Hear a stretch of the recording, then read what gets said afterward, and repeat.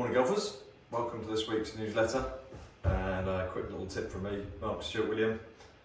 Hope you're doing well, getting out and playing some golf. Weather's been fair, it's not a bit breezy, but yeah, very playable. So today I thought I'd bring you three top tips to stop your slice, or shots to the right.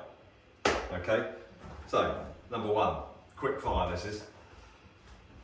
My top three that causes the slice. Ball position too far forward. So many people with the driver get it off of their, or beyond their big toe. This leads, when the ball gets too far forward, the shoulders get open. That causes the club to travel to the left, puts clockwise spin on the ball. Bring the ball back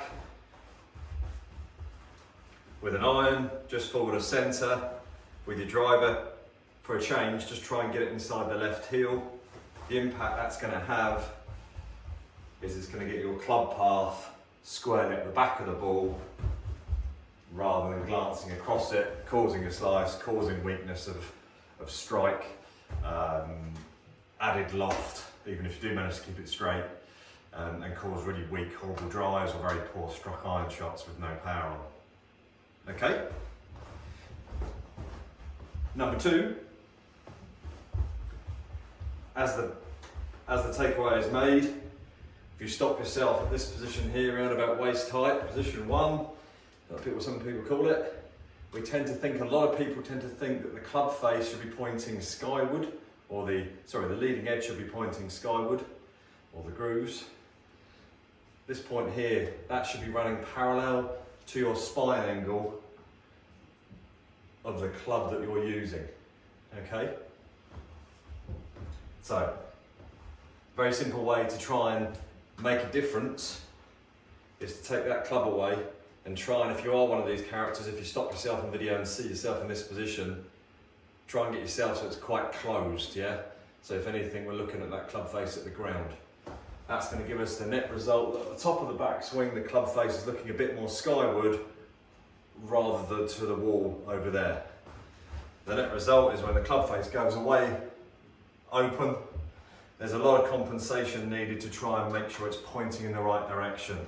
There's a fairly good chance you'll come down every other shot or worse with the club face pointing right. If the club face points right, that's where the ball's going to start, and when you start seeing a ball go to the right, you're going to swing it left, no matter how good your ball position or your alignment is.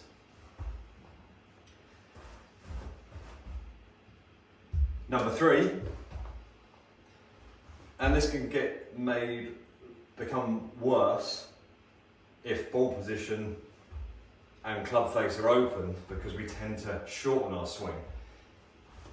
But another one that's in the top three is at the top of the backswing. People just don't turn, okay? We need to try and make sure that club turns behind us, so that club can then be delivered on the correct path and square path to the golf ball and to the target. When we tend to get lazy on the backswing, the club is then too far in front of us, and again you can see that club path is going to be led across us. So if this is you, before you tee off, try and make sure you make that rotation of your shoulders and try and point, when you're practicing, the butt of the club or the end of the shaft of the club over your right knee. So hopefully then when you get out on the golf course, you can commit to making that full turn. Got a bit of creaking out the back, so you've got no excuses.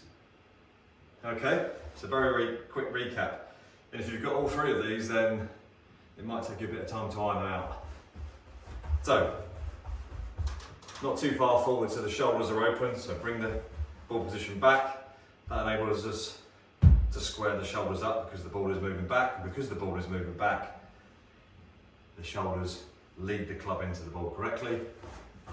Number two, don't fan that club face open. Try and keep it looking at the ground as you take it back.